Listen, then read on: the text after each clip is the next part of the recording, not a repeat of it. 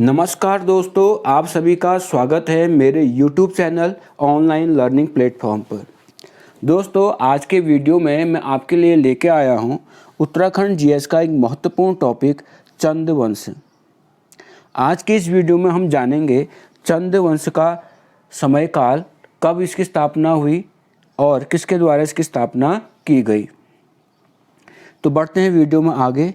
तो चंद वंश की स्थापना के संदर्भ में इतिहासकारों में बहुत मतभेद है।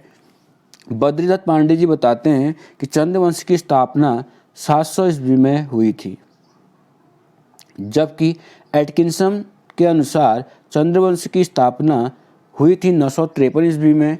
जबकि आधुनिक इतिहासकार अजय रावत जी बताते हैं कि चंद्रवंश की स्थापना 1018 ईस्वी में हुई थी। तो अलग अलग विद्वानों का चंद्रवंश की स्थापना वर्ष के संदर्भ में अलग अलग मत है, परंतु सभी विद्वान ये मानते हैं कि चंद्रवंश की स्थापना करने वाला जो शासक था वो सोमचंद ही था। सभी इतिहासकारों का मानना है कि चंद्रवंश की स्थापना सोमचंद के द्वारा की गई थी। कहाँ पर? चंपावत नामक स्थान पर, जिसे उस समय काली कुमाऊं के नाम से जाना जाता था। तो सोमचंद कौन था और ये यहाँ कहाँ से आया, अब आइए इसके बारे में बात करते हैं। तो इतिहास में बताया गया है कि सोमचंद इलाहाबाद के झूसी गांव का एक राजकुमार था। जो वर्तमान में प्रयागराज है, वहाँ का एक गांव हुआ करता था झूसी। वहाँ का एक राजकुमार था सोमचंद, जो कि बहुत ही धार्मिक प्रवृत्ति का व्यक्ति था। सोमचंद धार्मिक प्रवृत्ति का एक व्यक्ति था, जो केदारनाथ और बद्रीनाथ की यात्रा पर कुमाऊं की ओर चल दिया था। तब उसकी मुलाकात होती है यहाँ के कत्यूरी शासक ब्रह्मदेव द्वितीय से। ब्रह्मदेव द्वितीय को बीरमदेव द्वितीय भी कहते हैं। जो सोमचंद की मुलाकात ब्रह्मदेव द्वितीय से होती है, तो ब्रह्मदेव द्वितीय एक प्रस्ताव सोमचंद के सम्मुख रखता है। वो प्रस्ताव था कि जो ब्रह्मदेव द्वितीय अपनी बेटी का विवाह सोमचंद से कराना चाहता था, और उसने यह प्रस्ताव सोमचंद के सम्मुख रखा। सोमचंद इस प्रस्ताव को एक्सेप्ट कर लेता है और ब्रह्मदेव द्वितीय की पुत्री से विवाह कर लेता है। ब्रह्मदेव द्वितीय की बेटी से जब सोमचंद विवाह करता है, तो तब उसे दहेज के रूप में चंपावत की कोतवाल छावनी मिल जाती है। यानी कि ब्रह्मदेव द्वितीय दहेज के रूप में चंपावत की कोतवाल छावनी को दे देता है। और सोमचंद चूँकि राजकुमार था, तो उसके द्वारा वहाँ पर एक किला बनवाया जाता है, जिसे राजबुंगा का किला कहा जाता है।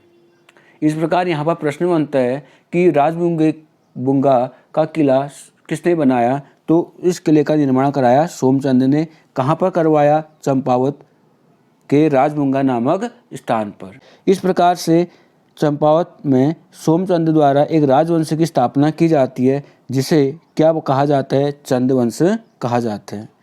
आई होप ये बातें आपको समझ में आ गई होंगी। तो सोमचंद की प्रारंभिक राजधानी कहाँ थी? राजबुंगा नामक स्थान पर थी। सोमचंद चूँकि चंद्रवंश का संस्थापक है, इसलिए इसे चंद्रवंश का आदि पुरुष भी कहा जाता है। ठीक है, इतनी बातें समझ में आ रही होंगी। क्वेश्चन बनेगा एग्जाम में कि चंद्रवंश का आदि पुरुष किसे कहा जाता है? तो चंद्रवंश का आदि पुरुष कहा जाता है सोमचंद को। तो बढ़ते हैं वीडियो में आगे। जब सोमचंद यहाँ पर काली कुमाऊं के एरिया में लोहाघाट के आसपास अपना शासन करने लग गया, तो वहाँ के पड़ोस में एक राजा था, रावत राजा। रावत राजा एक्चुअल में ब्रह्मदेव द्वितीय का एक सामंत हुआ करता था। इस सामंत को सोमचंद का यहाँ पर शासन करना अच्छा नहीं लगा, और वो सोचने लग गया कि बाहर का आया हुआ व्यक्ति हम पर क्या कर रहा है? शासन कर रहा है। तो उसे ये चीज़ पसंद नहीं आई, और इसके फलस्वरूप सोमचंद और रावत राजा के बीच में मनमुटाव हो गया। और इस मनमुटाव के फलस्वरूप रावत राजा और सोमचंद के बीच में एक युद्ध हुआ, जिसे दूनाकोट का युद्ध या द्रोणाकोट का युद्ध या सुई का युद्ध कहा जाता है। इस सुई के युद्ध में सोमचंद का जो साथ दिया उसका एक सेनापति था कालू तड़ागी, और कालू तड़ागी के नेतृत्व में सोमचंद सुई के युद्ध को जीत गया और रावत राजा इस युद्ध में हार गया। तो यहाँ पर क्वेश्चन बनेगा सुई का युद्ध किस किस के बीच लड़ा गया, तो इसका आंसर है सोमचंद और रावत राजा के बीच। रावत राजा कहाँ का सामंत था या कहाँ का शासक था या कहाँ का राजा था? जो रावत राजा था वो द्रोणाकोट या दूनाकोट का सामंत हुआ करता था। किसके अधीन कार्य करता था? ये कार्य करता था ब्रह्मदेव द्वितीय के अधीन।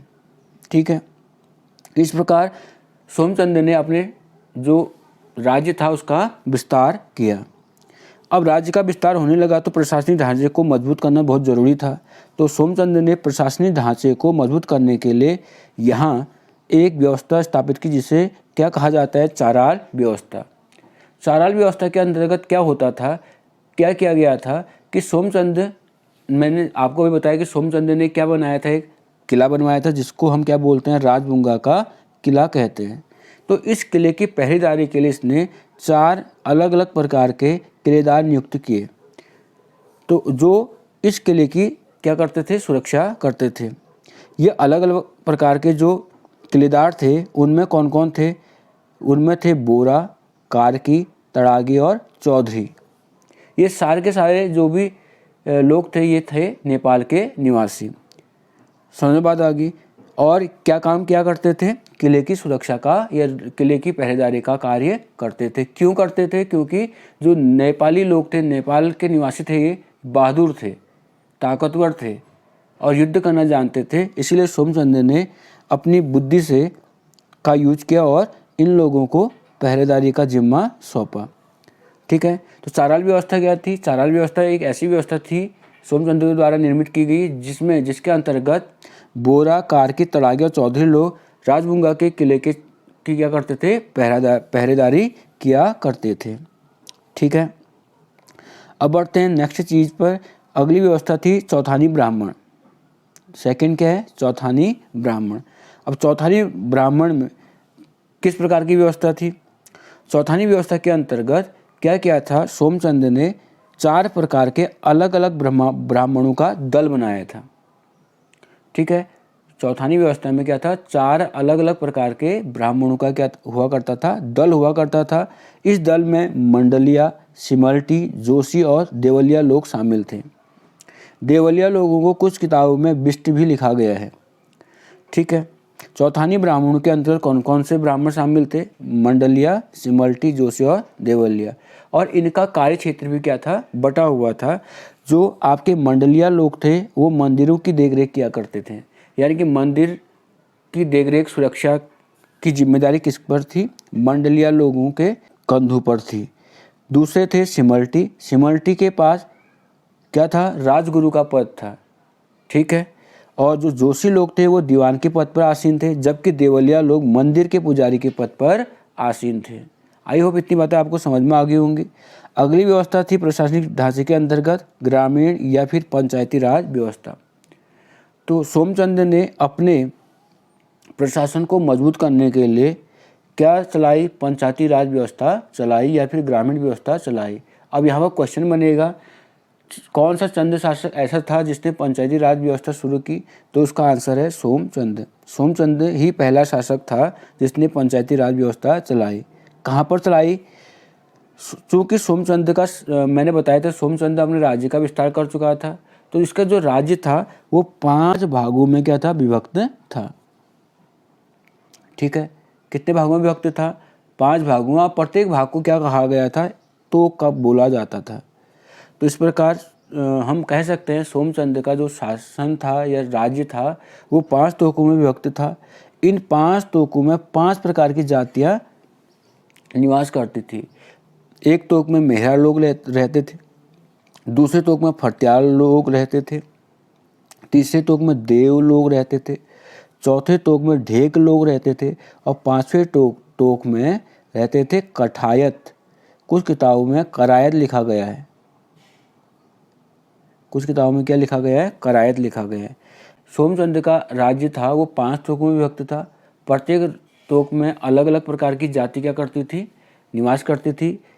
एक तोक में मेहरा, दूसरे तोक में फड़तियाल, तीसरे तोक में देव, चौथे तोक में ढेग और पांचवें तोक में कठायल लोग निवास करते थे। अब इन तोकों पर नियंत्रण रखने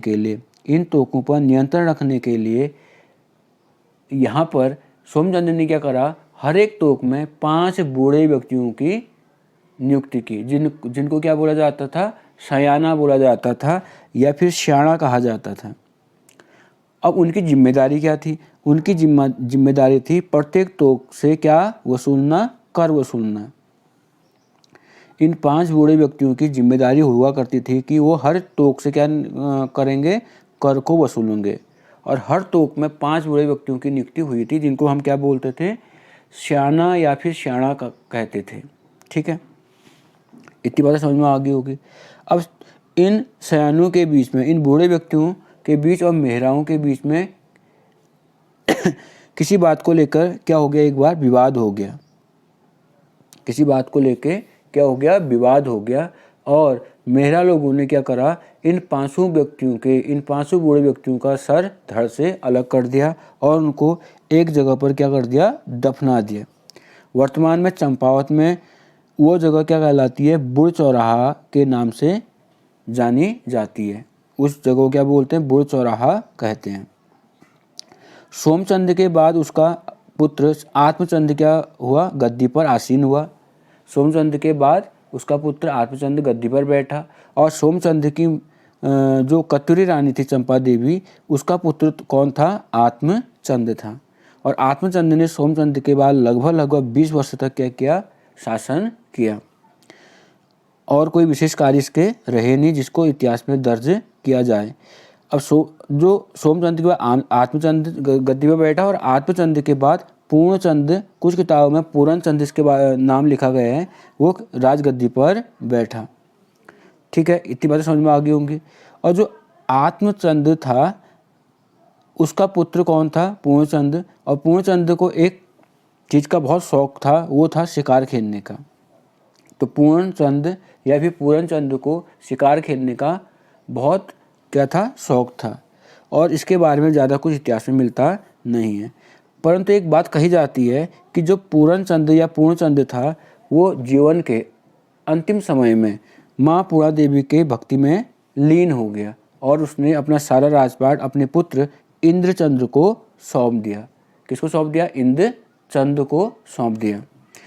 जब राजगद्दी पर इंद्रचंद बैठा, उसने चीन से रेशम के कीट कहाँ मंगवाए, चंपावत में मंगवाए। और चंपावत में रेशम का उत्पादन और शुरू करवाया और रेशम के कारखाने भी लगवाए। परंतु इंद्रचंद के बारे में बोला जाता है कि इंद्रचंद बहुत ही क्या था, घमंडी राजा था। और सबसे बड़ी बात, इसके नेपाल की रानी के साथ क्या थे, संबंध थे।